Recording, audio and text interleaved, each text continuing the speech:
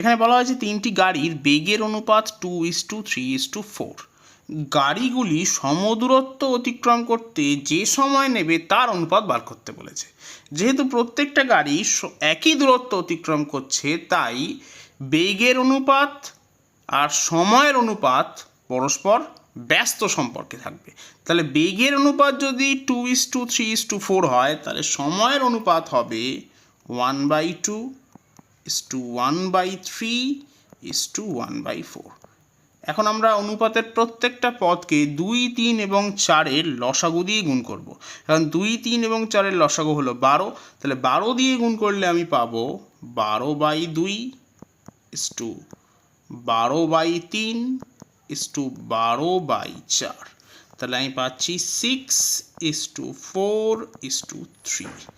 তার মানে সঠিক উত্তর হবে অপশন ডি, 6:4:3।